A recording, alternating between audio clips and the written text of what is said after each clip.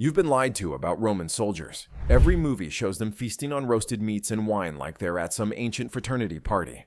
Marcus Aurelius chomping on grapes while discussing battle tactics. Russell Crowe tearing into a leg of lamb between gladiator fights. Complete and utter fantasy. The reality of what fueled the most dominant military force in ancient history. It would make a modern MRE look like fine dining. We're talking about food so bland, so repetitive, so aggressively practical, that Roman soldiers had a special word for when they got to eat anything else. Spoiler alert, they rarely did. If you love history, weird stories, and meals that could double as building materials, welcome to Food Storic, where we explore what people actually ate when conquering the known world. Hit subscribe before the weevils get to your grain supply. Picture this. The year is 50 AD. You're a legionary stationed on the Germanic frontier. It's been 3 months since you've seen anything resembling fresh food. The supply wagon just arrived, and you know exactly what's in it. Because it's the same thing that's been in every supply wagon for the past 5 years. Grain. Mountains of grain. Specifically about 2 pounds per man per day of wheat or barley. That's not a typo. 2 pounds. Every single day. Here's where it gets weird. Roman soldiers didn't get bread. They got raw grain and had to grind it themselves. Every contubernium, that's a tent group of 8 men, had to operate their own hand mill. After marching 20 miles in full gear weighing about 60 pounds, you got to spend your evening grinding tomorrow's breakfast. Fun times. The basic Roman military diet revolved around 3 things. Butylatum, which was basically an ancient hardtack biscuit so dense it could chip teeth. Pulls of porridge that would make prison gruel look appetizing. And posca, a drink that was essentially spoiled wine mixed with water and herbs. Yes, you heard that right. Spoiled wine. On purpose. Let's start with breakfast, if you can call it that. Roman soldiers woke up before dawn to the delightful aroma of absolutely nothing, because cold food was the norm. They'd gnaw on yesterday's butylatum, which had the consistency of a roof tile, and probably tasted like one too. These biscuits were baked twice to remove every molecule of moisture. They lasted forever, because even bacteria looked at them and said, "Nah, I'm good." To make butylatum edible, soldiers would dunk it in posca. Imagine taking already questionable wine, letting it turn to vinegar, watering it down, and then using it as both beverage and biscuit softener. Surprisingly, posca was actually brilliant. The acidity killed harmful bacteria, the herbs added vitamins, and it was safer than water. Plus, the slight alcohol content meant you could face another day of Roman military life without completely losing it. But wait, it gets better. Or worse, depending on your perspective. The main meal was pulse, that glorious gruel I mentioned. Take your hand-ground grain, add water, salt if you're lucky, and boil it into something resembling wet cement. The consistency varied from soup to paste depending on how much water you had and how much you hated yourself that day. Here's the crazy part, though. Roman soldiers preferred this diet. When Emperor Caracalla tried to improve morale by issuing more meat rations, the soldiers complained. They literally petitioned to go back to grain. Turns out, when you're marching across Europe, the last thing you want is meat that spoils in 3 days. Grain lasted months, and you could carry a week's worth without breaking your back. Speaking of meat, let's address the elephant in the room. Or rather, the lack of elephants in the room. Contrary to Hollywood depictions, Roman soldiers rarely ate fresh meat. When they did, it was usually bacon or salt pork that had been preserved within an inch of becoming leather. Fresh meat happened maybe once a month if they were lucky, and near a settlement with spare livestock. The standard meat ration was about 1 pound of bacon every 3 days. But here's the thing. This wasn't your nice breakfast bacon. This was fatback salt pork that was more salt than pork. Soldiers would slice off chunks and add them to their pulse for flavor and extra calories.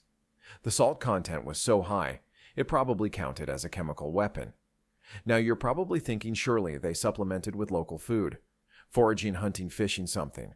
And yes, technically, they did. But Roman military law was strict about this. Soldiers caught stealing food from locals faced decimation. That's where they killed every 10th man in the unit. So most soldiers stuck to their rations rather than risk becoming a statistic. The exception was when they were explicitly allowed to forage. Roman soldiers became experts at identifying edible wild plants.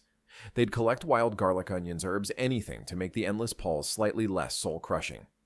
One account describes soldiers fighting over patches of wild coriander, like it was gold. When your diet is that bland, herbs become currency. But here's where class distinctions comes in. Officers ate differently. A centurion might have access to wheat bread instead of grinding his own grain. Camp prefects definitely had wine instead of posca. The general's tent had actual vegetables delivered fresh. Meanwhile, the average legionary was out here playing Gordon Ramsay with gruel and spite. The cost breakdown is fascinating. A Roman soldier's food allowance was deducted from his pay. About 1/3 of his salary went to feeding himself. In modern terms, that's like spending $800 a month on ingredients to make the same thing every single day.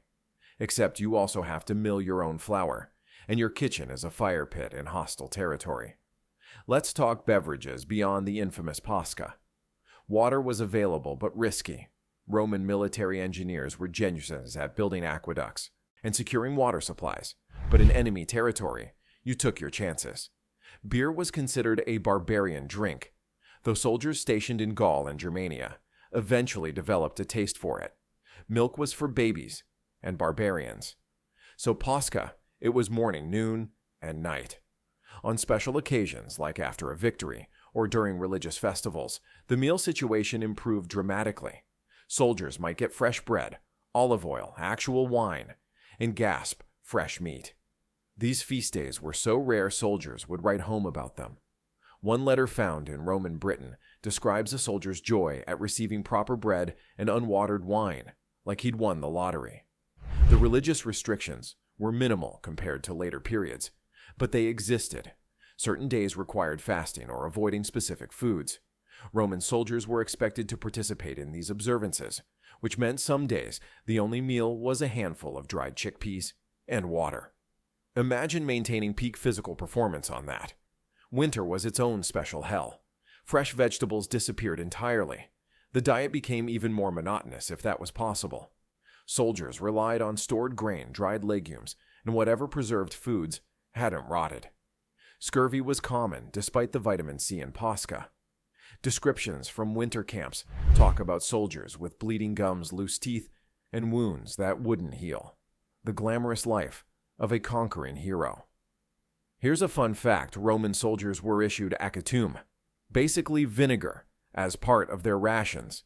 They used it for everything: cleaning wounds, preserving food, flavoring water, probably removing rust from their armor. It was the ancient equivalent of duct tape, but edible. Sort of. The logistics of feeding a legion boggle the mind. A single legion of 5,000 men required 1,000 pounds of grain per day. That's 5 tons. Every single day. Plus bacon, oil, salt, and whatever else they were lucky enough to have. Roman quartermasters were the unsung heroes, managing supply lines that stretched across continents. Moving on to campaign rations versus garrison food. When stationed in a permanent fort, soldiers had access to better facilities. Proper ovens meant actual bread instead of bucellatum. Gardens provided some vegetables. Local trade brought variety. But on campaign, back to the portable misery menu. One account from Trajan's Dacian campaign describes soldiers eating their boots when supplies ran low. Not metaphorically. They boiled leather for the tiny amount of nutrition it provided. When you're choosing between starvation and footwear soup, the Roman military diet suddenly seems luxurious. The preparation methods were basic but ingenious. Soldiers became experts at cooking with minimal equipment. A bronze mess tin served as pot plate and cup. They'd hang these from their belts, creating the iconic clanking sound of a marching legion. Each soldier carried a sickle for harvesting grain when available, and a cooking pot was shared among tent mates. Fire was precious, especially in enemy territory where smoke gave away positions. Soldiers perfected the art of quick, efficient cooking. Get the fire hot, make the food march on. Cold camps where fires were forbidden meant eating cold pulls or gnawing raw grain like the world's saddest hamster. Pay attention to this part, because it's actually impressive. Despite the monotonous diet, Roman soldiers were generally healthier than civilians. Regular meals, even boring ones, beat the feast or famine cycle of subsistence farming. The grain-heavy diet provided sustained energy for marching. Posca prevented scurvy better than most armies managed until the 19th century. Archaeological evidence from Roman military latrines, and I apologize for going there, shows diverse diets when possible. Seeds from fruits, vegetables, and herbs appear in the preserved samples. Fish bones in riverside camps, oyster shells near the coast. When they could supplement, they did. They just couldn't count on it. The social aspects of food were huge. Sharing meals bonded tent groups. The guy who could make poles taste slightly less terrible became everyone's best friend. Soldiers traded rations, hoarded seasonings, and shared cooking duties. Food might have been basic, but the culture around it was complex. Compare this to their enemies' diets. Germanic tribes ate more meat, but had inconsistent supplies. Gauls had better bread, but couldn't preserve it for campaigns. Parthians relied on dates and flatbreads that didn't provide the same sustained energy. The boring, reliable Roman military diet was a strategic advantage. Here's something that'll blow your mind. Roman soldiers invented an early version of pasta. They'd take their grain ration, mix it with water and egg if available, roll it thin, and dry it. These legain were easier to transport than grain and cooked faster. Next time you eat lasagna, thank a legionary. The medical corps had their own food protocols. Sick soldiers got special diets. Barley water for fevers, honey and vinegar for wounds, wine mixed with herbs for pain. These medici were part doctor, part nutritionist, part bartender. They understood the connection between diet and recovery centuries before germ theory. Special occasions brought special foods, but also special disappointments. Imagine being promised a victory feast, then getting an extra ration of olive oil and some garlic. That was fancy eating in a Roman camp. Veterans talked about meals from years past like we reminisce about restaurants. Remember that time in Gaul when we got fresh cheese? The black market in Roman camps was real. Soldiers would trade anything for dietary variety. A nice knife for a jar of garum. Guard duty shifts for a handful of dates. Letters home are full of requests for food packages. One soldier in Egypt begged his mother for good bread cabbage and fish sauce, like a homesick college student. Let's address the elephant in the room again. Salt. Roman soldiers consumed astronomical amounts of salt. Between the preservation needs and flavoring that tragic pulls, they probably ate more sodium in a week than modern dietary guidelines recommend in a month. How their blood pressure survived is a medical mystery. The clever workarounds soldiers developed were impressive.